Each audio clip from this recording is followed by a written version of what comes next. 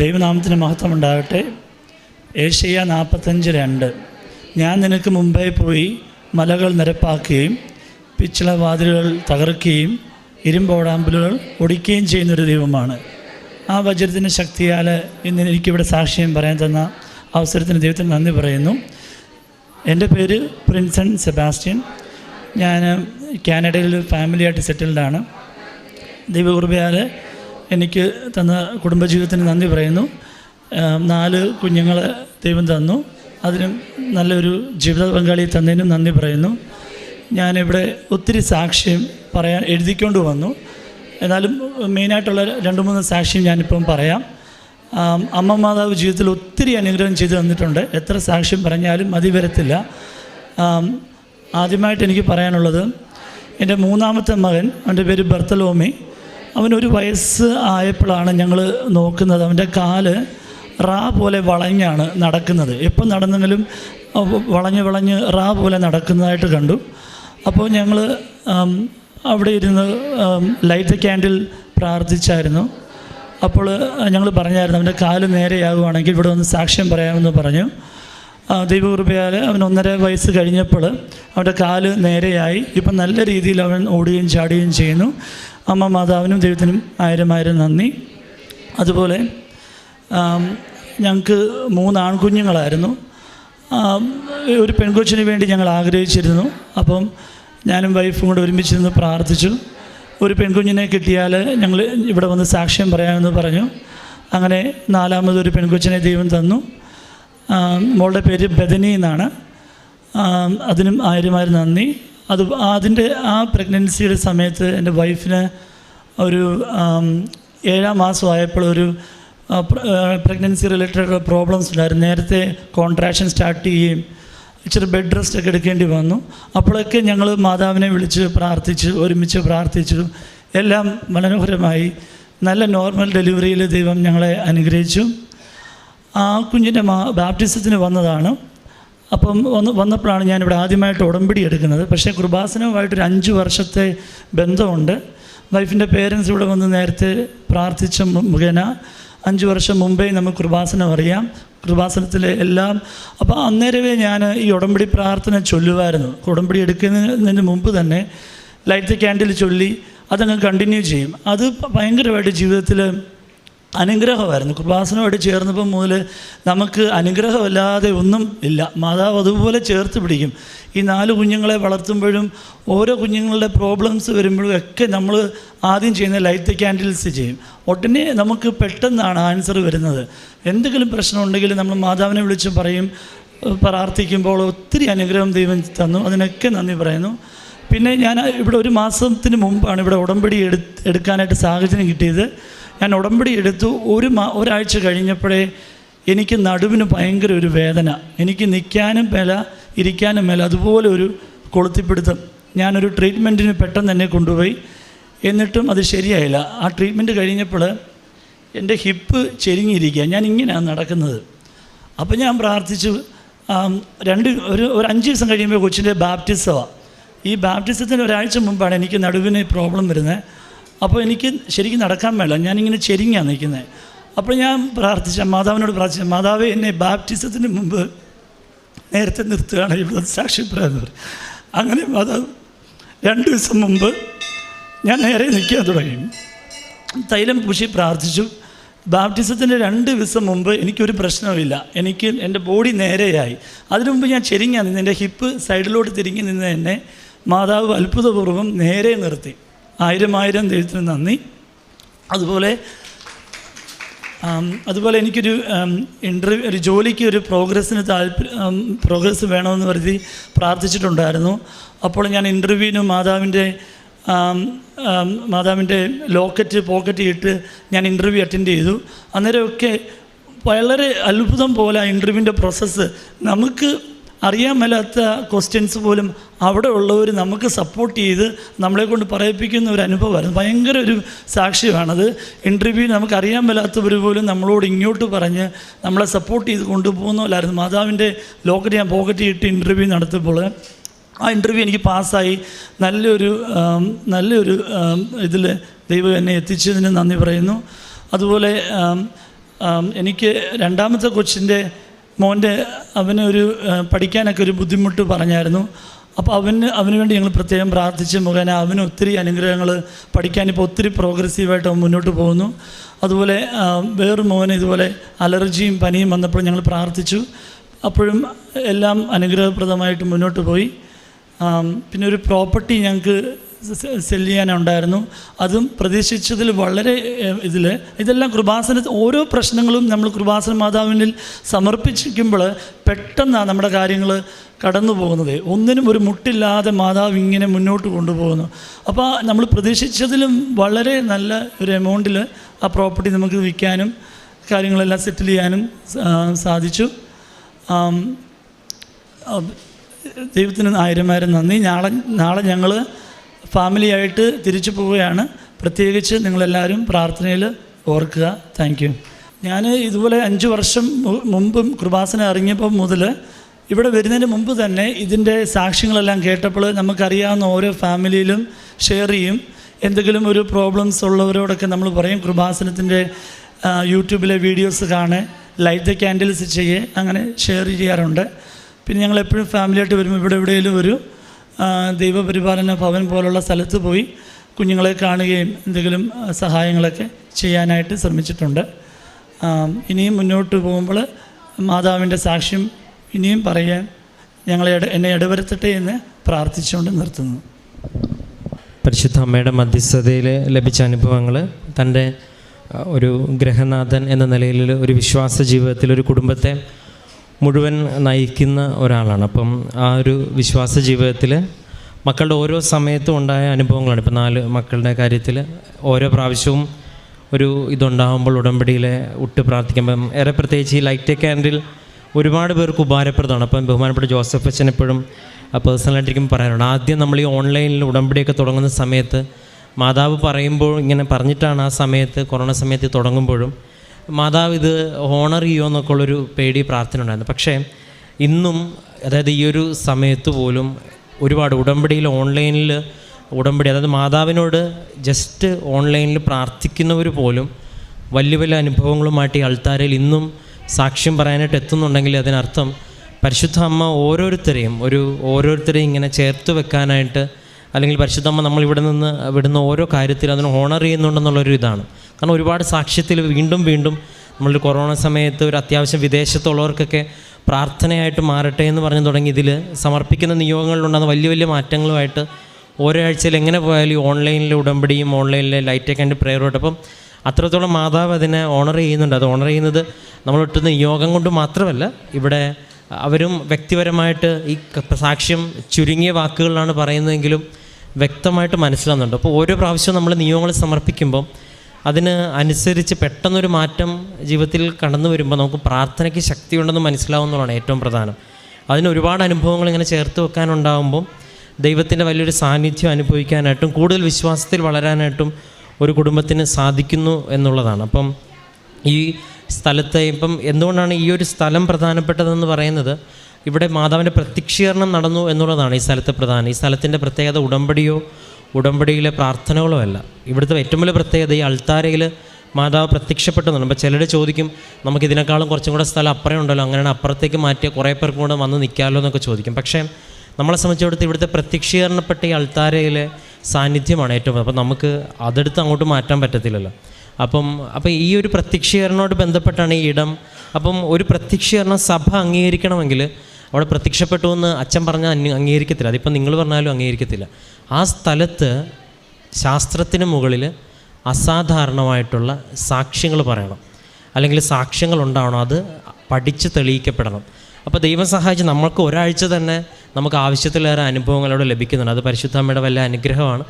നമുക്ക് ആവശ്യത്തിലേറെ അല്ലെങ്കിൽ ആവശ്യത്തിലധികവും എല്ലാ തരത്തിലുള്ള അനുഭവങ്ങളും, അതും മറ്റുള്ള ഇടങ്ങളിൽ നിന്ന് വ്യത്യസ്തമായിട്ട് ക്രിസ്ത്യൻസുമല്ല പറയുന്നതിൽ നല്ലൊരു ശതമാനം മറ്റു മതത്തിലുള്ളവർ പറയുന്ന വലിയ അനുഭവങ്ങൾ പോലും തെളിവ് സഹിതം നമുക്ക് എടുത്തു കാട്ടുവാനുണ്ടെങ്കിലും നമ്മൾ ഇനിയും സമയമെടുത്ത് പ്രാർത്ഥിച്ചുകൊണ്ടിരിക്കുകയാണ്, ഇനിയും അതിൻ്റെ കാര്യങ്ങളൊക്കെ നടക്കുവാനായിട്ട്. അതാണ് നിങ്ങൾക്ക് പ്രത്യക്ഷീകരണ പ്രാർത്ഥനയിലെ ഫസ്റ്റ് ഭാഗം. സഭ പഠിക്കണം. ലോകത്തിലെ ലൂർദും ഫാത്തിമയും പോലെ ലോകമെമ്പാടും നടക്കുന്ന എല്ലാ അനുഭവങ്ങളും പോലെ ഇവിടെയും ലോകത്തിൻ്റെ ശ്രദ്ധ എത്തിച്ചേരണമെന്നുള്ളതാണ് ഏറ്റവും പ്രധാനപ്പെട്ട ഒരു കാര്യം. ഒരു പക്ഷേ നിങ്ങൾ പരിശോധിക്കുമ്പോൾ അവിടെ നടക്കുന്നതിൽ കൂടുതൽ അനുഭവങ്ങളും അടയാളങ്ങളും ഒരുപക്ഷെ ഇവിടെ നടക്കുന്നതായിട്ട് റിപ്പോർട്ട് ചെയ്യപ്പെടുന്നുണ്ട്. അപ്പോൾ ഇനിയും ദൈവം അനുഗ്രഹിക്കുന്നൊരു സമയത്ത് സഭ ലോകമെമ്പാടുമുള്ളവർ ഇത് അറിയാനും അംഗീകരിക്കാൻ ഇടവരട്ടെ എന്ന് പ്രാർത്ഥിക്കുന്നു. അതിന് ഈ സാക്ഷ്യങ്ങൾ ഉപകാരപ്പെടട്ടെ. ദൈവം ഈ മകന് നൽകിയ എല്ലാ അനുഭവങ്ങൾക്കും നമുക്ക് കരങ്ങളടിച്ച് ദൈവത്തിൻ്റെ നാമം മഹത്വപ്പെടുത്താം. Praise the Lord. എൻ്റെ പേര് നീനു. ഞാൻ അങ്കമാലിയിൽ നിന്ന് വരുന്ന. ഞാൻ ഫസ്റ്റ് ഡേ കൃപാസന മാതാവിനെ കുറിച്ച് കേൾക്കുന്നത് മമ്മി വഴിയാണ്. മമ്മി ഇവിടെ വന്ന് ഉടമ്പടി എടുത്തിട്ടുണ്ടായിരുന്നു. മമ്മി ഉടമ്പടി എടുത്ത ടൈമിൽ ഞാൻ ഫൈനൽ ഇയർ എക്സാം എഴുതിക്കൊണ്ടിരിക്കുന്ന ടൈമായിരുന്നു. എനിക്ക് final year part A part B ഉണ്ടായിരുന്നു. അന്ന് എനിക്ക് ഇവിടെ വന്ന് സാക്ഷ്യം പറയണമെന്നുണ്ടായിരുന്നു, പക്ഷെ അന്ന് എനിക്ക് പറ്റിയിരുന്നില്ല. ഇപ്പോൾ എന്തായാലും ഞാനത് പറയാം. കാരണം final year part A part B ആണ്. പാർട്ട് എയിൽ 4 സബ്ജക്റ്റും പാർട്ട് ബിയിൽ 4 സബ്ജക്റ്റുമാണ്. പാർട്ട് എയിൽ 4 സബ്ജക്റ്റിൽ എനിക്ക് 3 ഞാൻ ഫെയിലായി. പിന്നെ 3 മാസം കഴിയുമ്പോഴാണ് പാർട്ട് ബിയുടെ 4 സബ്ജക്റ്റ് വരുന്നത്. അപ്പോൾ ആ പാർട്ട് ബിയുടെ സമയത്ത് ഈ 4 സബ്ജക്റ്റും 3 സബ്ജക്റ്റും കൂടി ഒന്നിച്ച് എഴുതിയെടുക്കണം. അപ്പോൾ ടോട്ടൽ 7 സബ്ജക്റ്റാണ്. എൻ്റെ വീട്ടുകാർക്ക് സത്യം പറയുകയാണെങ്കിൽ എന്നിൽ ഒരു പ്രതീക്ഷ ഉണ്ടായിരുന്നില്ല. ഒറ്റ അറ്റംപ്റ്റിൽ പാസ്സാകുമെന്ന് അവർ തന്നെ പ്രതീക്ഷിച്ചിരുന്നില്ല. മമ്മിയാണെങ്കിൽ കാശുരൂപം മമ്മി പറഞ്ഞു, നീ ഇത് മുറുക്കെ കൈ പിടിച്ച് പ്രാർത്ഥിക്കാം, നീ പഠിക്കുന്ന സമയത്ത് അത് കൈ പിടിക്കാൽ മാലയെ തൂക്കിയിടാം എന്ന് പറഞ്ഞു. അപ്പോൾ ഞാൻ അത് കയ്യിൽ മാത്രമേ ഞാൻ പിടിച്ചുള്ളൂ, മാലയിലൊന്നും ഞാൻ വെച്ചില്ല. ഞാൻ പഠിക്കുന്ന സമയത്ത് ഫുൾ ടൈം അതെൻ്റെ കയ്യിൽ ഞാൻ മുറുകെ പിടിക്കുമായിരുന്നു. ഒരു കൈ വേർക്കുമ്പോൾ ഞാൻ ആ ലോക്കറ്റ് എടുത്ത് അപ്പുറത്തെ കയ്യിൽ ഞാൻ മുറുകെ പിടിക്കും. ആകെ വാഷ്റൂമിൽ പോകുന്ന സമയത്തും ഫുഡ് കഴിക്കുന്ന സമയത്ത് അല്ലാണ്ട് ആ ഫുൾ ടൈം ആ കാശ് രൂപ എൻ്റെ കയ്യിലുണ്ടായിരുന്നു. എക്സാമിൻ്റെ സമയത്താണെങ്കിലും ഞാനത് മുറുക്കെ കൈ പിടിച്ചിട്ടായിരുന്നു ഞാനത് എഴുതിക്കൊണ്ടിരുന്നത്. പൊതുവേ എൻ്റെ ഇതിൽ 3 സബ്ജക്റ്റിൻ്റെ എക്സാം കഴിയുമ്പോഴത്തേക്കും 4ാമത്തെ ആകുമ്പോഴത്തേക്കും എനിക്ക് ഒട്ടും പഠിക്കാൻ പറ്റാണ്ട് വരും. ഇത് 7 സബ്ജക്റ്റ് ഒറ്റ സ്ട്രെച്ചിലായിരുന്നു, ഓൾട്ടർനേറ്റ് ഡേയ്സിലായിട്ടായിരുന്നു എക്സാം ഉണ്ടായിരുന്നത്. ലാസ്റ്റ് എല്ലാ സബ്ജക്റ്റും വലിയ കുഴപ്പമില്ലാണ്ട് എനിക്ക് എഴുതാൻ പറ്റി. ലാസ്റ്റത്തെ സബ്ജക്റ്റ് സർജറിയിൽ എനിക്ക് പേപ്പർ ഇച്ചിരി ടഫായിരുന്നു. പിന്നെ പോരാഞ്ഞിട്ട് ഞാൻ എഴുതിയിരിക്കുന്ന ആൻസർ ഏകദേശം തെറ്റായിരുന്നു എന്ന് വേണമെങ്കിൽ പറയാം. ആ തെറ്റ് ആൻസേഴ്സ് എല്ലാം ഞാൻ റെഡ് കളർ പെൻസിലോണ്ട് ഞാൻ എല്ലാം ഹൈലൈറ്റ് ചെയ്ത് വെച്ചു. ഞാനാണെങ്കിൽ പൊതുവെ എൻ്റെ എക്സാംസ് എല്ലാം കഴിഞ്ഞ് കഴിയുമ്പോഴത്തേക്കും എൻ്റെ റൂംമേറ്റിനോട് ഞാനിത് ഡിസ്കസ് ചെയ്യാറുണ്ട്. അപ്പോൾ അവളോട് ഞാൻ പറഞ്ഞപ്പം അവൾ മുഖം ഒരുമാതിരി ഒരു ഡൗട്ട് എന്ന രീതിയിലായിരുന്നു വെച്ചത്, പാസ്സാകില്ല എന്നുള്ള രീതിയിൽ. അപ്പം എനിക്ക് ഉറപ്പുണ്ടായിരുന്നു ആ സബ്ജക്റ്റ് ഞാൻ പൊട്ടുമെന്നുള്ളതിൽ എനിക്ക് നല്ലൊരു ഉറപ്പുണ്ടായിരുന്നു. മാർക്ക് വന്നു, കറക്റ്റ് 50 മാർക്കിൽ ഞാനത് പാസ്സായി. എൻ്റെ പപ്പയ്ക്കും മമ്മിക്കും ഒരു വിശ്വാസം ഉണ്ടായിരുന്നില്ല ഞാൻ പാസ്സാകും എന്നുള്ളതിൽ. പക്ഷേ എനിക്ക് വിശ്വാസമുണ്ട്, അമ്മ മാതാവാണ് അതെന്നെ പാസ്സാക്കി വെച്ചാൽ ആ കാശ് രൂപം പിടിച്ചതിൻ്റെ ശക്തിയിലാണ് ഞാൻ എഴുതിയത്. അതെനിക്ക് നല്ല ഉറപ്പുണ്ട്. പിന്നെ അത് കഴിഞ്ഞിട്ട് ഞാൻ ഉടമ്പടി ഒന്നും എടുത്തിട്ടുണ്ടായില്ലായിരുന്നു. ഈ മമ്മി രാത്രി നമ്മൾ കുടുംബ പ്രാർത്ഥന കഴിഞ്ഞിട്ട് ഉടമ്പടി പ്രാർത്ഥന ചെല്ലാറുണ്ട്. അപ്പോൾ ആ സമയത്ത് ഞാൻ അമ്മാമ്മയ്ക്ക് വേണ്ടി നല്ലൊരു മരണം കിട്ടാൻ വേണ്ടി ഞാൻ അമ്മാമ്മയ്ക്ക് വേണ്ടി പ്രാർത്ഥിച്ചായിരുന്നു. അപ്പം ഞാൻ പ്രാർത്ഥിച്ചത് ഓഗസ്റ്റ് സ്വർഗാരോഹണ തിരുനാളിൻ്റെ അന്ന് അമ്മാമ്മയ്ക്ക് നല്ലൊരു മരണം കൊടുക്കണമെന്ന് ഞാൻ പ്രാർത്ഥിച്ചായിരുന്നു. അപ്പം 15th അല്ലെങ്കിലും ആ മാസം തന്നെ അമ്മാമ്മയ്ക്ക് എല്ലാ മക്കളെ കാണാൻ പറ്റി. അമ്മാമ്മ തന്നെ പറഞ്ഞ് അന്ത്യകൂദാശ നമ്മൾ കൊടുത്തു. എല്ലാ അമ്മാമ്മയ്ക്ക് നല്ലൊരു മരണം കൊടുത്ത് ദൈവം അനുഗ്രഹിച്ചു. അവിടെ നിന്നവരും എല്ലാവരും പറഞ്ഞു അമ്മാമ്മയ്ക്ക് നല്ലൊരു മരണം എന്നുള്ളത്. അതെനിക്ക് ഉറപ്പുണ്ട്, ഞാൻ പ്രാർത്ഥിച്ചിട്ട് എനിക്ക് മാതാവ് തന്നതാണെന്നുള്ളത് അതെനിക്ക് നല്ലൊരു ഉറപ്പുണ്ട്.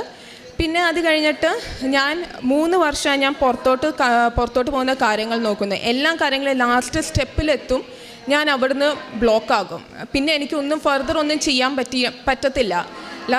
കോളേജിൽ ഞാൻ ഫീസ് അടയ്ക്കും, അത് കഴിഞ്ഞിട്ട് ഞാനത് വിഡ്രോ ചെയ്യും. അങ്ങനെയായിരുന്നു. പിന്നെ ഞാൻ ഓർത്തെന്ന് കോഴ്സ് ഒന്ന് മാറാം. ഞാൻ BDS ആണ് എടുത്തത്. ഞാനൊന്ന് കോഴ്സ് ഒന്ന് മാറിയെടുക്കാം. കാരണം ഏജൻസിക്കാർ പറയുന്ന കോഴ്സുകൾ എടുത്തിട്ട് ഞാൻ പിള്ളേരായിട്ട് പുറത്തുള്ളവരായിട്ട് ചോദിച്ചപ്പം അതുകൊണ്ട് വലിയ ഉപയോഗമില്ല എന്നവർ എന്നോട് പറഞ്ഞു. അപ്പോൾ ഞാനൊന്ന് കോഴ്സ് മാറാമെന്ന് ഞാൻ ഓർത്തു. അപ്പോൾ ഞാൻ നല്ല വലിയ ഏജൻസികൾ അത്യാവശ്യം ഫേമസ് ആയിട്ടുള്ള Santa Monica, Juby rich international ഒക്കെ ഇവരോട് എല്ലാവരോടും ഞാൻ പോകുന്ന സമയത്ത് ഇവരെല്ലാവരും എന്നോട് പറയുന്നത് റിജക്ഷൻ, ഈ കോഴ്സ് എടുത്താൽ ഞാൻ റിജക്ഷൻ, ഞാൻ ഏത് കോഴ്സ് എടുത്താലും അവരെന്നെ അപ്പം റിജക്ഷൻ എന്ന് പറഞ്ഞ് പേടിപ്പിക്കും. അങ്ങനെ 3 വർഷം എൻ്റെ കയ്യിൽ നിന്ന് പോയി. അപ്പോൾ മമ്മി പറഞ്ഞ് വാ നമുക്ക് അച്ഛനെ കാണാം. അപ്പോൾ എനിക്ക് കൺഫ്യൂഷൻ ഉണ്ടായിരുന്നു. അപ്പോൾ മമ്മി പറഞ്ഞു വാ നമുക്ക് അച്ഛനെ കാണാം. അച്ഛൻ തലവെച്ച് കൈവച്ച് എന്നെ പ്രാർത്ഥിച്ചു. അച്ഛൻ പറഞ്ഞു തടസ്സമൊന്നും കാണുന്നില്ല, നിനക്ക് പോകാൻ പറ്റും എന്ന് പറഞ്ഞു. അപ്പോൾ കൺട്രിയും എനിക്ക് ഇതുപോലെ തന്നെ കൺഫ്യൂഷൻ ഉണ്ടായിരുന്നു. അപ്പോൾ അച്ഛൻ എനിക്ക് കൺട്രിയും എല്ലാം എനിക്ക് ഹെൽപ്പ് ചെയ്തു തന്നു എനിക്ക്.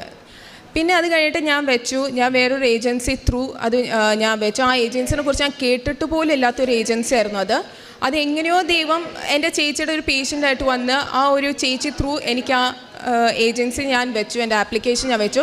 അപ്പോൾ ആ ചേച്ചി എനിക്കൊരു പോസിറ്റീവായിട്ടൊരു തന്നു, നിനക്ക് കിട്ടുമെന്ന് പറഞ്ഞു. ഞാൻ എൻ്റെ ആപ്ലിക്കേഷൻ ഞാൻ ഫോർവേഡ് ചെയ്തു. ഞാൻ വെച്ചു. ഓഫർ ലെറ്റർ കിട്ടാൻ നല്ല ഡിലേ, ഒരു 1.5 മന്തോളം എടുത്തു. പിന്നെ ഞാൻ ഫീസ് അടച്ചു. പിന്നെ അതിൻ്റെ ഇടയിൽ ക്രിസ്മസ് ആയി, ന്യൂ ഇയറിൻ്റെ ലീവ് എല്ലാം വന്നപ്പോഴത്തേക്കും എല്ലാം കാര്യങ്ങളും ഡിലേ ആയിക്കൊണ്ടിരുന്നു ശരിക്കും.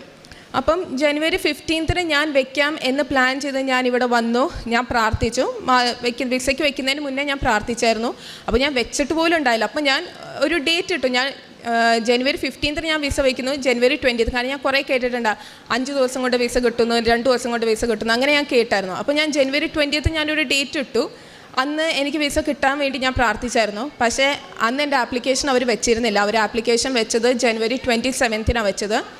പിന്നെ അവരെന്നോട് പറഞ്ഞു 5 ഡേയ്സിനുള്ളിൽ വിസ കിട്ടും, 5 to 10 days പറഞ്ഞു. ഞാൻ വെയിറ്റ് ചെയ്തിരുന്നു, പക്ഷേ എനിക്ക് എന്ത് ചെയ്തോട്ട് എനിക്ക് കിട്ടുന്നില്ല. അപ്പം മമ്മി പറഞ്ഞു, നീ ഉടമ്പടി എടുക്കുക, ഉടമ്പടി എടുത്തു കഴിഞ്ഞാൽ നിനക്ക് എന്തായാലും കിട്ടുമെന്ന് പറഞ്ഞു. അപ്പം ഞാനിവിടെ വന്നു. വരുന്നതിൻ്റെ അന്ന് രാത്രി ഞാൻ കുറേ പ്രാർത്ഥിച്ചിട്ടാണ് ഞാനിവിടെ വന്ന് ഉടമ്പടി എടുത്തത്. മമ്മി പറഞ്ഞു, ഉടമ്പടി എടുക്കുന്നതിന് മുന്നേ നീ നന്നായിട്ട് ഒരുങ്ങണം, കുമ്പസാരിക്കണമെന്ന് പറഞ്ഞു. അപ്പം ഞാൻ കുമ്പസാരിക്കാനായിട്ട് ഞാൻ പോയി. പൊതുവേ ഞാൻ കുമ്പസാരിച്ച് കഴിഞ്ഞാൽ ഒരു 5 മിനിറ്റ് കഴിയുമ്പോഴത്തേക്ക് ഞാൻ ഇറങ്ങി വരാറാണ് പതിവ്. അന്നത്തെ ദിവസം എനിക്ക് എന്താണെന്ന് അറിയത്തില്ല, അന്ന് ഞാൻ കുറേ ടൈം എടുത്തു. ഞാൻ കുമ്പസാരിച്ച് കഴിഞ്ഞപ്പോഴത്തേക്കും ഒരു സാറ്റിസ്ഫാക്ഷൻ നമുക്ക് കിട്ടത്തില്ല. ആ ഒരു എനിക്ക് പുറത്തിറങ്ങി കഴിഞ്ഞപ്പോൾ ഭയങ്കര ഹാപ്പി ആയിരുന്നു. ഞാൻ കുർബാനയുടെ പാതിയായപ്പോൾ കയറി, കുർബാന കഴിഞ്ഞപ്പോഴാണ് ഞാൻ ഇറങ്ങി വന്നത്. അപ്പോൾ എൻ്റെ കഴിഞ്ഞപ്പോൾ തന്നെ എൻ്റെ ചേച്ചി ചോദിച്ചു, നീ എന്താടി എടുത്ത്, നീ എന്തോ പറഞ്ഞതെന്ന് ചോദിച്ചു, എന്തോരം ടൈം എടുത്തതെന്ന് പറഞ്ഞ്. പക്ഷേ അത്രയും നാൾ ഞാൻ ചെയ്ത കുമ്പസാരത്തെക്കാട്ടിൽ ഏറ്റവും നല്ലൊരു കുമ്പസാരം എനിക്ക് ഉടമ്പടി എടുക്കാൻ പോകുന്നതിന് മുന്നേ എനിക്ക് ചെയ്യാൻ പറ്റി. പിന്നെ ഞാനിവിടെ വന്നു, ഉടമ്പടി എടുത്തു. ഉടമ്പടി എടുത്തപ്പം ഞാൻ വിചാരിച്ചു, ഓക്കെ, ഒരു ദിവസം കഴിയുമ്പോഴത്തേക്കും എനിക്ക് പിറ്റേ ദിവസം തന്നെ എനിക്ക് എൻ്റെ വിസ കിട്ടും. പക്ഷേ എനിക്ക് കിട്ടിയില്ല. അപ്പം നമുക്ക് ഉടമ്പടി എടുക്കുന്നതിന് മുന്നേ മമ്മി ഉടമ്പടി എടുക്കുമ്പോൾ കുറേ കാര്യങ്ങൾ മമ്മി ചെയ്യുന്നുണ്ട്.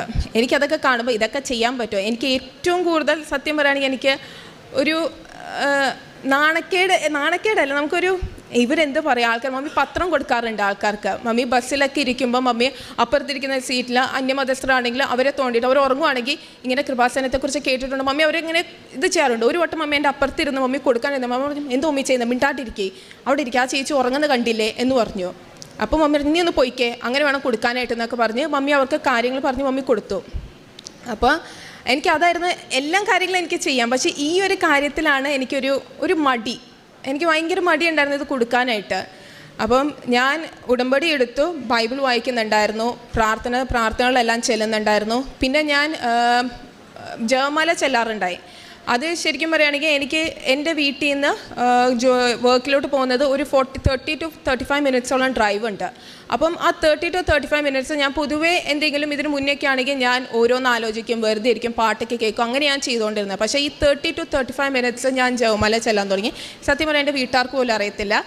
ഞാൻ ഏകദേശം അന്നത്തെ ദിവസം ഒരു 7 ജപമാല എനിക്ക് ഒറ്റയ്ക്ക് സെൽഫായിട്ട് എനിക്ക് ചെല്ലാൻ പറ്റും. പിന്നെ ക്ലിനിക്കിൽ വെച്ചിട്ട് ഞാൻ ഒരു ജപമാല ചെല്ലും, വീട്ടിൽ വരുമ്പോൾ വീണ്ടും ഒരു ജപമാല ചെല്ലും. അങ്ങനെ എനിക്ക് കുറേ ജപമാലകൾ എനിക്ക് ചെല്ലാൻ പറ്റിയിട്ടുണ്ട്.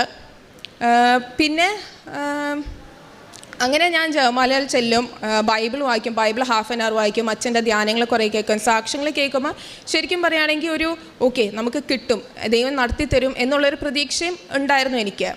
പിന്നെ ലാസ്റ്റ് ഡേ വന്നപ്പോഴത്തേക്കും ഞാൻ കരുതി ഓക്കെ ഇതിപ്പോൾ എന്തായാലും കിട്ടത്തില്ല, എൻ്റെ ഹോപ്പെല്ലാം പോയി തുടങ്ങി. കാരണം ഇന്നാണ് ശരിക്കും പറയുകയാണെങ്കിൽ എൻ്റെ ഓറിയൻറ്റേഷൻ.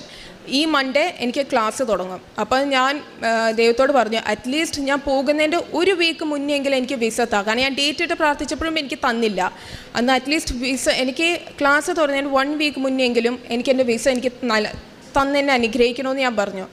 ഞാൻ എല്ലാം കാര്യങ്ങളും ചെയ്തു, പക്ഷേ പത്രം മാത്രം ഞാൻ ആർക്കും കൊടുത്തിട്ടുണ്ടായില്ല. അപ്പോൾ മമ്മി പറഞ്ഞു, സൺഡേ നീ പത്രം കൊടുക്കുക. എനിക്ക് ഏറ്റവും കൂടുതൽ ഒരു നാണക്കേട് എൻ്റെ നാട്ടുകാർക്ക് കൊടുക്കുന്നതായിരുന്നു എനിക്ക് ഏറ്റവും വലിയ ബുദ്ധിമുട്ട്. പക്ഷേ ഞാൻ എന്ത് ചെയ്തു, എൻ്റെ നാട്ടുകാർക്ക് മാത്രമാണ് ഞാൻ ആ പത്രങ്ങൾ കൊടുത്തത്. പുറത്തൊരാൾക്കും ഞാൻ പത്രം കൊടുത്തത്. എനിക്ക് ക്ലിനിക്കിൽ എൻ്റെ ചേച്ചിമാർക്ക് കൊടുക്കാം, പക്ഷെ അവർക്ക് ആർക്കും ഞാൻ കൊടുത്തില്ല. അത് മൊത്തം ഞാൻ എൻ്റെ നാട്ടിലുള്ളവർക്ക് ഞാൻ കൊടുത്തു തീർത്തു. ആ പത്രം കൊടുത്ത് തീർത്ത് പിറ്റേ ദിവസം പിന്നെ അടുത്ത മൺഡേ ഇനി 1 വീക്കിൻ്റെ ഒരു ഗ്യാപ്പേ ഉള്ളൂ എനിക്ക്. അപ്പം ഞാൻ മാതാവിനോട് ഇങ്ങനെ പ്രാർത്ഥിച്ചു, മാതാവേ എന്തെങ്കിലും ഉണ്ടെങ്കിൽ ഈ ഒരു ടൈം എനിക്ക് കാണിച്ചു തരാം. ഞാൻ അതിന് മുന്നേയൊക്കെ ഞാൻ സ്വപ്നങ്ങൾ പറയായിരുന്നു, അറ്റ്ലീസ്റ്റ് സ്വപ്നത്തിലെങ്കിലും എനിക്ക് കാണിച്ചു താ, എന്താ പോകാൻ പറ്റൂല്ല. 3 വർഷമായി ഞാൻ ഇതിന് വേണ്ടിയിട്ട് പുറകെ നടക്കാൻ തോന്നിട്ട്. ആൾക്കാർ ചോദിച്ചു തുടങ്ങി, ആൾക്കാർ പറഞ്ഞു തുടങ്ങി, നീ പോവാറായില്ലേ, നിൻ്റെ എന്തായി എന്നൊക്കെ. അപ്പം എനിക്ക് എൻ്റെ ഫ്രണ്ട്സൊക്കെ തീരുമാനിക്കാത്തവർ തന്നെ അവർ നേരത്തെ തന്നെ പോയി. ഞാനാണെങ്കിൽ പ്ലാൻ ചെയ്ത് എങ്ങും എത്തുന്നില്ല. എന്നിട്ട് ഞാൻ അന്നത്തെ ദിവസം രാവിലെ എഴുന്നേറ്റ് മൺഡേ ഞാൻ പറഞ്ഞു, മാതാവേ ഇതും കൂടിയുള്ളൂ, ഈ ഒരു ദിവസം കൂടിയുള്ളൂ എനിക്ക്, ഇനി അങ്ങോട്ടേക്ക് ഞാൻ ചോദിക്കത്തുമില്ല, ഒന്നും ഞാൻ ചെയ്യത്തില്ല. തരുന്നുണ്ടെങ്കിൽ എനിക്ക് ഈ മൺഡേ തരാം, ഇല്ലെങ്കിൽ എനിക്ക് തരണ്ട, ഞാൻ ഇനി നോക്കത്തില്ല എന്നുള്ള രീതിയിലായിരുന്നു. എന്നിട്ട് മൺഡേ ഞാൻ മൊബൈൽ പ്രതീക്ഷകരുടെ പ്രാർത്ഥന ചെല്ലുന്ന മമ്മി വിളിച്ച് പ്രതീക്ഷകരുടെ പ്രാർത്ഥന ചെല്ലുന്ന ലാസ്റ്റത്തെ ആ 2 സർവ്വസ്നാപിതാ നന്മ പറഞ്ഞിറമയിൽ ഞാൻ ഫോൺ എടുത്ത് ഞാൻ നോക്കി. അപ്പോൾ നോക്കിയപ്പം വീണ്ടും സ്റ്റാറ്റസ് റിസീവ്ഡ് എന്ന് പറഞ്ഞാൽ കാണിച്ചത്. പ്രത്യേകിച്ച് ഒരു ഇമ്പ്രൂവ്മെൻറ്റ് അതിലൊന്നും കാണിച്ചില്ല. അതിൽ നോക്കുമ്പോൾ ഇനീഷ്യൽ അസസ്മെൻ്റ് ഉണ്ട്, എല്ലാ കാര്യങ്ങളുണ്ട്, അതൊന്നും ആയിട്ടില്ല അവർ. അപ്പോൾ ഞാൻ അപ്പോൾ ഞാൻ തീരുമാനിച്ചു ഇനി എന്തായാലും നടക്കത്തില്ല. അപ്പോൾ ഞാനൊരു 2 മണി വരെ ഞാനൊരു ടൈം വെച്ചായിരുന്നു, ചിലപ്പോൾ കിട്ടും കിട്ടില്ല എന്നുള്ളത്. അപ്പം പൊതുവേ കുടുംബടി പ്രതീക്ഷകരണ പ്രാർത്ഥന ചൊല്ലിക്കേണ്ട ഒരു 10-15 മിനിറ്റ് ഞാനൊന്ന് കിടക്കാറുണ്ട്. അപ്പോൾ ആ കിടക്കുന്നത് ഡീപ്പ് സ്ലീപ്പിലോട്ടൊന്നല്ല പോകുന്നത്, പക്ഷെ ഒരു സാധാ ഒരു സ്ലീപ്പിലോട്ട് അത് പോകുന്നത്. പക്ഷെ ഞാൻ ഉറങ്ങുന്ന സമയത്ത് ഞാൻ ഇങ്ങനെ കുറേ പേപ്പേഴ്സ് കട്ടിക്ക് ഇരിക്കുന്നത് കണ്ടു. പക്ഷെ ആ പേപ്പേഴ്സ് എല്ലാം ഈ മാത്സിൻ്റെ കണക്ക് എഴുതിയ ടൈപ്പുള്ള പേപ്പേഴ്സുകളാണ് ഉണ്ടായിരുന്നത്. അതിൽ ഞാൻ എൻ്റെ ഹാൻഡ് റൈറ്റിംഗ് ആയിരുന്നു തപ്പിക്കൊണ്ടിരുന്നത്. ഞാൻ എൻ്റെ ഹാൻഡ് റൈറ്റിംഗ് തപ്പുന്നതിൻ്റെ ഇടയ്ക്ക് ഞാനാണെങ്കിൽ ബ്ലോക്ക് ലെറ്റേഴ്സിൽ ഗ്രീൻ കളറിൽ ഞാൻ കണ്ടു. ഗ്രാൻഡഡ് എന്ന് പറഞ്ഞ് ഓരോ അക്ഷരങ്ങൾ എടുത്തെടുത്തെടുത്ത് കാണിക്കുന്നത് ഞാൻ കണ്ടു. ഞാൻ എൻ്റെ വീട്ടുകാരോട് പോലും ഞാൻ പറഞ്ഞില്ല, കാരണം എനിക്ക് ഉറപ്പുണ്ടായിരുന്നില്ല ഇതിപ്പോൾ ഞാൻ കൂടുതൽ പ്രതീക്ഷിച്ചിട്ട് ഞാൻ കാണുന്നതാണോ എന്ന് എനിക്ക് അറിയണ്ടായിരുന്നില്ല. പക്ഷേ ഞാൻ പറഞ്ഞു അറ്റ്ലീസ്റ്റ് ഇത് ഇന്നത്തേക്ക് എനിക്ക് കിട്ടുവാണെങ്കിൽ എനിക്ക് ഉറപ്പുണ്ട് അത് മാതാവ് ചെയ്തതെന്നാണെന്ന് എനിക്ക് ഉറപ്പുണ്ടാകുമെന്ന് ഞാൻ പറഞ്ഞു. അന്ന് തന്നെ ഒരു 3 മണി ഞാൻ ഇനി നോക്കുന്നില്ല എന്ന് വിചാരിച്ചു. ജസ്റ്റ് ഒരു പേഷ്യൻറ്റ് നോക്കിക്കഴിഞ്ഞിട്ട് ഞാൻ ഒന്ന് തുറന്നു നോക്കിയതായിരുന്നു. നോക്കിയപ്പോൾ ഫൈനലൈസ് എന്ന് പറഞ്ഞ് കാണിച്ചു. എനിക്ക് ഗ്രാൻഡഡ് എന്ന് പറഞ്ഞ് എനിക്ക് കിട്ടി. അത് ആ മൺഡേ തന്നെ ഞാൻ പ്രാർത്ഥിച്ച മൺഡേ തന്നെ എനിക്ക് കിട്ടി. ഏജൻസിക്കാർ എന്നോട് പറഞ്ഞിരുന്നില്ല, ഏജൻസിക്കാർ എനിക്ക് ഫൈനലൈസ് ചെയ്ത് പിറ്റേ ദിവസമാണ് ട്യൂസ്ഡേ. ഞാൻ അവരോട് പറയുക ചെയ്തത് എനിക്കിങ്ങനെ മൺഡേ കിട്ടിയിട്ടുണ്ട്, ഒന്ന് ചെക്ക് ചെയ്യാൻ പറഞ്ഞു. അവരെ ചെക്ക് ചെയ്തപ്പം ട്യൂസ്ഡേ എനിക്ക് ഗ്രാൻഡഡ് എന്ന് പറഞ്ഞ് എനിക്ക് കിട്ടി. പിന്നെ എനിക്ക് ഇപ്പം ഇനിയിപ്പോൾ 3 to 4 days ഉള്ളൂ എൻ്റെ കയ്യിൽ. അപ്പോൾ ഞാൻ മാതാവിനോട് സ്റ്റേയിൻ്റെ കാര്യവും ഇതിൻ്റെയൊക്കെ ഞാൻ ഉടമ്പടിയിൽ എടുത്ത് വെച്ചിട്ടുണ്ടായിരുന്നു. പക്ഷേ എങ്ങനെയെന്ന് അറിയത്തില്ല, എനിക്ക് സ്റ്റേ ഇപ്പോഴേ തന്നെ എനിക്ക് ഒരു ഫാമിലി ഫ്രണ്ട്, അത് അമ്മ ത്രൂ എനിക്കന്ന് തോന്നിക്കുന്നത്, ഫാമിലി ഫ്രണ്ട് ത്രൂ എനിക്കൊരു സ്റ്റേ കിട്ടിയിട്ടുണ്ട്. അതും പെട്ടെന്ന് തന്നെ പോന്നു. ഇവിടെ സ്റ്റേ ഉണ്ട്, ഒരിടം കിട്ടുന്നോടം വരെ നീ അവിടെ തന്നെ ഇവിടെ നിന്നാൽ മതി എന്നൊക്കെ പറഞ്ഞു. പിന്നെ എനിക്ക് വേണ്ട സാധനങ്ങളൊക്കെ വേറൊരു ചേട്ടൻ, എനിക്ക് ഒരു പരിചയമില്ലാത്തൊരു ചേട്ടനാണ്. ആ ചേട്ടനാണെങ്കിൽ എനിക്ക് ഇന്നൊക്കെ സബ്ജക്റ്റ് ഇച്ചിരി ടഫാണ്, ഈ സബ്ജക്റ്റിന് കുറച്ച് ടൈം കൊടുക്കണം, വേണ്ട സാധനങ്ങൾ എല്ലാ കാര്യങ്ങളൊക്കെ എനിക്ക് നേരത്തെ തന്നെ എനിക്കെല്ലാം പറഞ്ഞു തന്നു. എനിക്ക് ഉറപ്പുണ്ട് ഇതെല്ലാം മാതാവിൻ്റെ അനുഗ്രഹം കൊണ്ട് തന്നെയാണ് കിട്ടിയേക്കുന്നത്. ദൈവത്തിന് മാതാവിന് 1000 നന്ദി. വ്യക്തിപരമായിട്ട് ഞാൻ പ്രാർത്ഥിച്ചതെന്ന് പറയുകയാണെങ്കിൽ ഞാൻ പൊതുവേ ബൈബിൾ വായിക്കാത്തൊരു വ്യക്തിയാണ്. ഞാൻ ബൈബിള് മമ്മിക്ക് തന്നെ അറിയാം, ഞാൻ പ്രാർത്ഥന ചെല്ലാനിരിക്കുന്ന സമയത്തായിരിക്കും എനിക്ക് ഏറ്റവും കൂടുതൽ സംസാരം. പ്രാർത്ഥന ചെല്ലുന്ന സമയത്ത് ഞാൻ ഇങ്ങനെ വർത്താനം പറഞ്ഞുകൊണ്ടേയിരിക്കും. പിന്നെ ബൈബിള് ഞാൻ ½ an hour വായിച്ചു തുടങ്ങി. ഇപ്പം എന്തെങ്കിലും ഞാൻ പ്രാർത്ഥിക്കുന്ന സമയത്ത് എനിക്ക് ബൈബിൾ വായിച്ച ഒരു വട്ടം ഞാനിങ്ങനെ ഭയങ്കര വിഷമത്തിലിരുന്നപ്പോൾ ഞാനിങ്ങനെ പ്രാർത്ഥിച്ചു അറ്റ്ലീസ്റ്റ് എന്തെങ്കിലും ബൈബിളിലൂടെ സംസാരിക്കും എന്ന് ഞാൻ കേട്ടിട്ടുണ്ട്. അപ്പോൾ ഞാൻ പറഞ്ഞു അറ്റ്ലീസ്റ്റ് സംസാരിക്കുക, എല്ലാവരും പറയാറുണ്ട് ബൈബിളിലൂടെ സംസാരിക്കാറുണ്ടെന്നുള്ളത്. അപ്പോൾ എന്നോട് അറ്റ്ലീസ്റ്റ് എന്തെങ്കിലും ഒരു വാക്ക് സംസാരിക്കാൻ ആയിട്ട് പറഞ്ഞപ്പോഴാണ് എനിക്ക് ഒരു വചനം കിട്ടിയത്. Do not be afraid, I am with you, I am your God, let nothing terrify you, I will make you strong and help you. ഭയപ്പെടേണ്ട, ഞാൻ നിൻ്റെ കൂടെ ഉണ്ടെന്നുള്ളൊരു വചനം എനിക്ക് കിട്ടി. അപ്പം എനിക്ക് ഉറപ്പുണ്ടായിരുന്നു ദൈവം എനിക്ക് തരുമെന്നുള്ളത്. പിന്നെ ഞാൻ കുറേ ധ്യാനങ്ങൾ കൂടാൻ തുടങ്ങി. വെറുതെ ഇരിക്കുന്ന സമയത്ത് പാട്ട് കേൾക്കുന്നതിന് പകരം ഞാൻ ധ്യാനം കൂടാൻ തുടങ്ങി. അതിനു മുന്നേ ഞാൻ കൊറിയൻ സീരീസ് ഇഷ്ടം പോലെ കാണാറുണ്ടായിരുന്നു. ശരിക്കും പറയുകയാണെങ്കിൽ അഡിക്റ്റ്, എൻ്റെ ചേച്ചി പറയാറുണ്ട് നീ അഡിക്റ്റ് ആണെന്ന് പറയാറുണ്ട്. അപ്പം ഇപ്പം അതെല്ലാം ഞാൻ കുറച്ചു എന്നല്ല, ഇപ്പോൾ ഞാൻ വേണമെങ്കിൽ ചിലപ്പോൾ ഒരു എപ്പിസോഡ് അങ്ങനെ കാണാൻ വെച്ചാൽ ഞാൻ ഒരു ദിവസം കൊണ്ട് തന്നെ ഒരു 3 ദിവസം കൊണ്ട് ഒരു എപ്പിസോഡ് ഒരു എപ്പിസോഡല്ല, ഒരു സീരീസ് മൊത്തം ഞാൻ തീർക്കാറുണ്ട്. അത് 1.5 മണിക്കൂറിൻ്റെ സീരീസാണ്. അതെല്ലാം ഞാൻ മാറ്റി ഞാൻ ഇപ്പോൾ ധ്യാനം കൂടി തുടങ്ങി, പ്രാർത്ഥിച്ചു തുടങ്ങി, ജപമാല ചൊല്ലി തുടങ്ങി. പരിശുദ്ധ അമ്മയുടെ മധ്യസ്ഥതയിൽ ലഭിച്ച അനുഭവങ്ങളാണ് ഇപ്പം വളരെ വ്യക്തമായിട്ട് സാക്ഷ്യം ഈ മകൾ പറയുന്നുണ്ട്. ഇപ്പോൾ വിദേശത്തേക്ക് പോകുന്നത് ബന്ധപ്പെട്ട സാക്ഷ്യമാണ്. അതിലെങ്ങനെയാണ് ഈ ഒരു ഉടമ്പടിയിലെ വസ്തുക്കൾ, ഇപ്പം അമ്മയാണ് ഉടമ്പടി എടുത്തത്, അമ്മയാണ് ഇതിനുള്ള ഡിറക്ഷൻസൊക്കെ കൊടുക്കുന്നത്. ഇപ്പോൾ ദൈവം സഹായിച്ചിപ്പം ഓരോ പ്രൊഫഷണൽ ഫീൽഡിൽ മക്കൾ പഠിക്കുമ്പോൾ അവർക്ക് സെപ്പറേറ്റായിട്ട് ഉടമ്പടി എടുക്കുക എന്ന് പറയുന്നത് ഇപ്പോൾ പുതിയതായിട്ട് ഇവിടെ നമ്മൾ ചെയ്യുന്നുണ്ട്. കാരണം ഓരോരുത്തരും ഇപ്പോൾ അമ്മമാർ പ്രാർത്ഥിച്ചിട്ട് മക്കൾ അനുഭവം കിട്ടിയാലും ഒരു പരിധിവരെ അവർക്ക് അത്രത്തോളം അതിൽ ആഴപ്പെടും എന്നുള്ള കാര്യം സംശയമാണ്. അപ്പം ഒരാൾ വ്യക്തിപരമായിട്ട് ദൈവത്തെ അല്ലെങ്കിൽ മാതാവിനെ കൈക്ക് പിടിച്ചുകൊണ്ട് ഒരാൾ വ്യക്തിപരമായിട്ടൊരു വിശ്വാസത്തിൽ യാത്ര ചെയ്യുന്നതും ഒരാളുടെ പ്രാർത്ഥനയുടെ മധ്യസ്ഥ സഹായത യാത്ര ചെയ്യുന്നതും രണ്ട് രീതിയിലുള്ള യാത്രയാണ്. അപ്പോൾ ഈ മകൾ സാക്ഷ്യം പറയുമ്പം ഏറ്റവും പ്രധാനപ്പെട്ടതായിട്ടുള്ളത് യേശുവിനെ തേടുന്ന ഒരു വ്യക്തി ആദ്യം എടുക്കേണ്ടത് ബൈബിളാണെന്നുള്ളത് വലിയൊരു സത്യമാണ്. അതിപ്പം ഇവിടെ സാക്ഷ്യം പറയുന്നത് ഈശോ അത് പറയാൻ ആഗ്രഹിക്കുന്നുണ്ട്. നിങ്ങൾ സാക്ഷ്യങ്ങൾ പരിശോധിക്കും. അതുകൊണ്ട് തന്നെയാണ് ഉടമ്പടിയിൽ വലിയൊരു നിബന്ധനയായിട്ട് അരമണിക്കൂർ ബൈബിൾ വായന വെക്കുന്നതിന് ഏറ്റവും പ്രധാനപ്പെട്ട ഒരു കാരണം. പക്ഷേ തുടക്കത്തിൽ അതിനൊരു അഭിഷേകവും സ്നേഹവും നമുക്ക് തോന്നിയില്ലെങ്കിൽ പോലും പതുക്കെ പതുക്കെ ഈശോയെ തേടിയുള്ള അല്ലെങ്കിൽ ഈശോയെ അനുഭവിക്കാനുള്ള ഈ ഉടമ്പടിയുടെ യാത്രയിൽ എവിടെയെങ്കിലും വെച്ച് ദൈവം നമുക്കതിനുള്ളൊരു അഭിഷേകം തരും. അത് ഇപ്പോൾ ഇവിടെ സാക്ഷ്യം പറഞ്ഞിട്ടുള്ള ഏത് മതത്തിൽ നിന്നുള്ളവരാണെങ്കിലും അവരുടെയൊക്കെ വിശ്വാസയാത്രയിൽ ഒരുപക്ഷെ അവർക്ക് അത് എങ്ങനെ ഉപയോഗിക്കണമെന്ന് പോലും അറിയാതിരിക്കുമ്പോൾ പോലും ദൈവം അതിലൂടെ സംസാരിക്കുന്നുണ്ട് എന്നുള്ള കാര്യം. അപ്പോൾ കർത്താവ് വീണ്ടും ആവർത്തിച്ച് പറയുന്നത് ഈശോയുടെ ഏറ്റവും പ്രധാനപ്പെട്ട നമ്മളോടുള്ള സംഭാഷണം നടക്കുന്നത് വ്യക്തിപരമായ പ്രാർത്ഥനയോടെ ലഭിക്കുമെങ്കിലും ഈശോയുടെ ഏറ്റവും പ്രധാനപ്പെട്ട സംസാരം വിശുദ്ധ ഗ്രന്ഥത്തിലൂടെ തന്നെയാണ് എന്ന് ഇവിടെ സാക്ഷ്യങ്ങൾ പരിശോധിക്കും. നേരത്തെ പറഞ്ഞ 2 സാക്ഷ്യത്തിലും അവരും പറയുന്ന ഇതാണ്, ഞാൻ വിശ്വാസ പ്രമാണം ചൊല്ലി പ്രാർത്ഥിച്ച് തുറക്കുമ്പോഴൊക്കെ ഈശോനോട് സംസാരിച്ചത് എൻ്റെ ജീവിതമായിട്ട് ബന്ധപ്പെട്ട കാര്യങ്ങളാണെന്നുള്ളതാണ്. അപ്പോൾ ഇത് ദൈവം ആഗ്രഹിക്കുന്നതാണ്. അപ്പോൾ വിശുദ്ധ ഗ്രന്ഥത്തെ മാറ്റി നിർത്തിക്കൊണ്ട് ഒരു ഈശോയെയും മാതാവിനെയും ചേർത്തുള്ളൊരു യാത്ര എത്രത്തോളം ഫലവത്താവും എന്നുള്ളൊരു ചോദ്യചിഹ്നമാണ്. കർത്താവ് അത് ആഗ്രഹിക്കണില്ല. അതുകൊണ്ട് തന്നെയാണ് വിശുദ്ധ ഗ്രന്ഥത്തെയും വിശുദ്ധ വചനത്തെയും ദിവ്യകാരുണ്യത്തെയും എല്ലാം നമ്മൾ ഒരു തട്ടിൽ തന്നെ കാണുന്ന കാര്യവും തന്നെയാണ്. അപ്പം ഇത് എപ്പോഴും ഒരു വിശ്വാസി അല്ലെങ്കിൽ യേശുവിനെ തേടുന്ന ഒരാൾ മനസ്സിലാക്കേണ്ടത് അദ്ദേഹം വിശുദ്ധ ഗ്രന്ഥത്തിനോട് അടുപ്പമുള്ളതായിരിക്കണം. കാരണം കർത്താവിന് നമ്മളോട് എന്തെങ്കിലും സംസാരിക്കാനുണ്ടെങ്കിൽ തന്നെയും കർത്താവിന് ഏറ്റവും കൂടുതൽ ഈശോ ഉപയോഗിക്കാൻ സാധ്യതയുള്ളത് ഈ വിശുദ്ധ വചനത്തെയാണ്.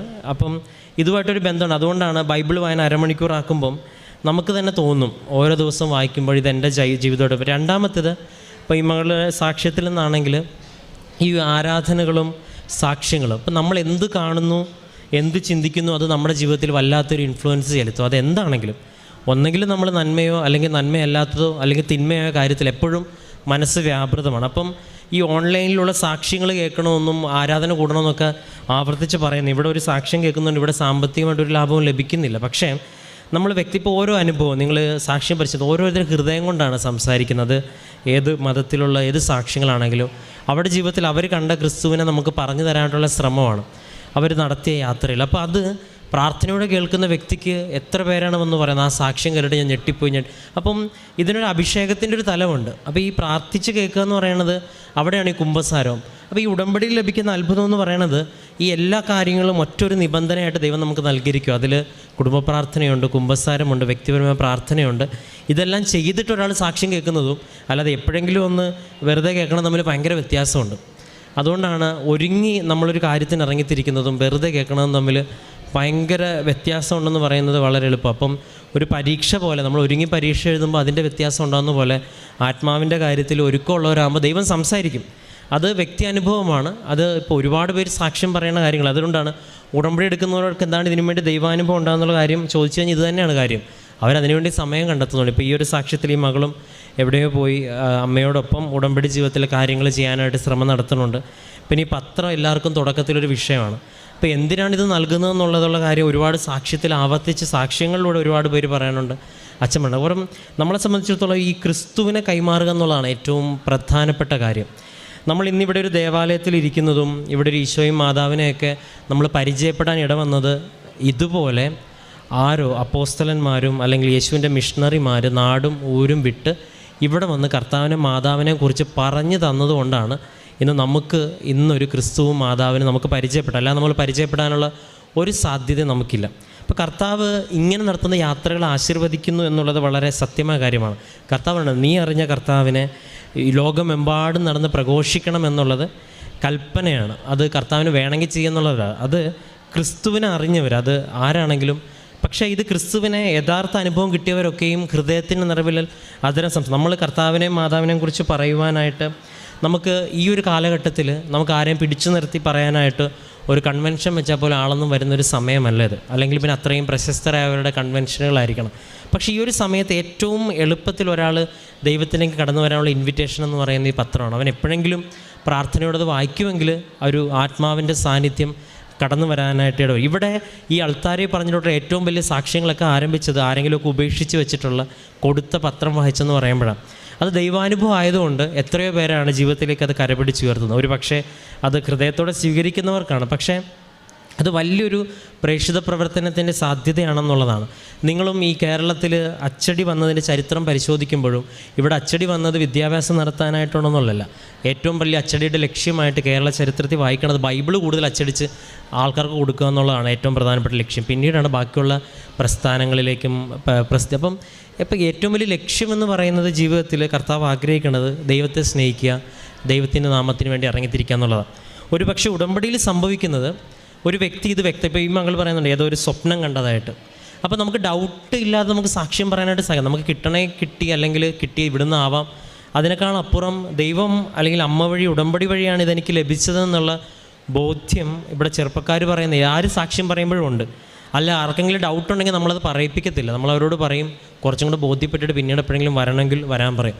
കാരണം ബോധ്യമുള്ളവർ മാത്രമാണ് നമ്മളിവിടെ സാക്ഷ്യം പറയിപ്പിക്കുന്നത്. അപ്പം ഈ ഒരു വിശ്വാസത്തിൻ്റെ യാത്രയിൽ ദൈവം നമുക്ക് ബോധ്യപ്പെടുത്തി തരും. നമ്മൾ ചെയ്യുന്നത് നന്മയാണെങ്കിൽ അത് ദൈവത്തിൻ്റെ ഉത്തരവാദിത്വമാണല്ലോ, അത് ദൈവം ബോധ്യം. അപ്പം അങ്ങനെ ഒരു അനുഭവം ലഭിച്ചു എന്ന് ഈ മകൾ സാക്ഷ്യത്തിൽ പറയുന്നുള്ളൂ. അപ്പം ഈ ഒരു ഉടമ്പടി ജീവിതത്തിൽ നമ്മൾ ഇറങ്ങിത്തിരിക്കുമ്പോൾ ദൈവമാണ് നമുക്കെതിരെ നിൽക്കുന്നത്, നമ്മുടെ കൂടെ നിൽക്കുന്നത്. നമ്മൾ ആത്മാർത്ഥതയോടെയാണ് ഇത് ചെയ്യുന്നതെങ്കിൽ ഈശോ അത് വെളിപ്പെടുത്തി തരും. നിങ്ങൾ മുന്നോട്ട് പോകാനുള്ള പ്രോത്സാഹനവും പ്രചോദനവും ഒരുപക്ഷെ നിയോഗങ്ങളിലൂടെയോ ഉടമ്പടിയിലെ മറ്റ് നിയോഗങ്ങളിലൂടെയോ നമുക്ക് നടത്തി തരാറ്. പ്രത്യേകിച്ച് ഇനിയും മുൻപോട്ടുള്ള യാത്രയിൽ ഒരുപാട് ദൈവാനുഭവങ്ങൾ ലഭിക്കുവാനായിട്ട് പരിശുദ്ധ അമ്മയുടെ സാന്നിധ്യം ഇടവരട്ടെ എന്ന് പ്രാർത്ഥിക്കുന്നു. നമുക്ക് കരങ്ങളടിച്ച് ദൈവത്തിൻ്റെ നാമം മഹത്വപ്പെടുത്താം.